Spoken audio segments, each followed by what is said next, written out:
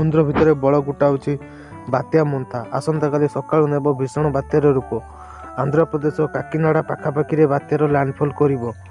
ଏହା ପୂର୍ବରୁ ଆନ୍ଧ୍ରପ୍ରଦେଶ ଓ ଓଡ଼ିଶାରେ ବାତ୍ୟାର ପ୍ରଭାବ ଦେଖିବାକୁ ମିଳିଛି।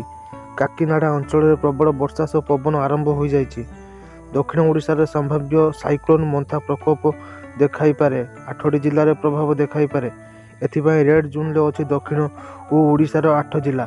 ମାଲକାନଗିରି, ନବରଙ୍ଗପୁର, କୋରାପୁଟ, ରାୟଗଡ଼ା, ଗଜପତି, କଳାହାଣ୍ଡି, କନ୍ଧମାଳ ଏବଂ ଗଞ୍ଜାମ ଜିଲ୍ଲାକୁ ଭୀଷଣ ବର୍ଷା ପବନର ସମ୍ଭାବନା ରହିଛି। ଏହା ସହ ଆସନ୍ତାକାଲି ସନ୍ଧ୍ୟାରେ ବାତ୍ୟା ମୋନ୍ଥାର ଲ୍ୟାଣ୍ଡଫଲ୍ ପ୍ରକ୍ରିୟା ଆରମ୍ଭ ହୋଇଯିବ। ସେପଟେ ଆଇଏମ୍ଡି ଡିଜି ମୃତ୍ୟୁଞ୍ଜୟ ମହାପାତ୍ର ବଡ଼ ସୂଚନା ଦେଇ କହିଛନ୍ତି, ଲ୍ୟାଣ୍ଡଫଲ୍ ବେଳେ ଭୀଷଣ ବାତ୍ୟା ଓଡ଼ିଶାରେ ପହଞ୍ଚିଲା ବେଳେ ଦୁର୍ବଳ ହୋଇଯିବ। ଦକ୍ଷିଣ ଓଡ଼ିଶା ଦେଇ ବାତ୍ୟା ଛତିଶଗଡ଼ ମୁହାଁ ହେବ। ମାଲକାନଗିରି, ଗଞ୍ଜାମ, ଗଜପତି, ରାୟଗଡ଼ା, କନ୍ଧମାଳ ଓ କଳାହାଣ୍ଡି, ନବରଙ୍ଗପୁର ଏହାର ପ୍ରଭାବ ପଡ଼ିବ। ଓଡ଼ିଶାରେ ବାତ୍ୟା ଦୁର୍ବଳ ହେଉଥିବାରୁ 60ରୁ 70 କିଲୋମିଟର ପବନ ବହିବାର ସମ୍ଭାବନା ରହିଛି।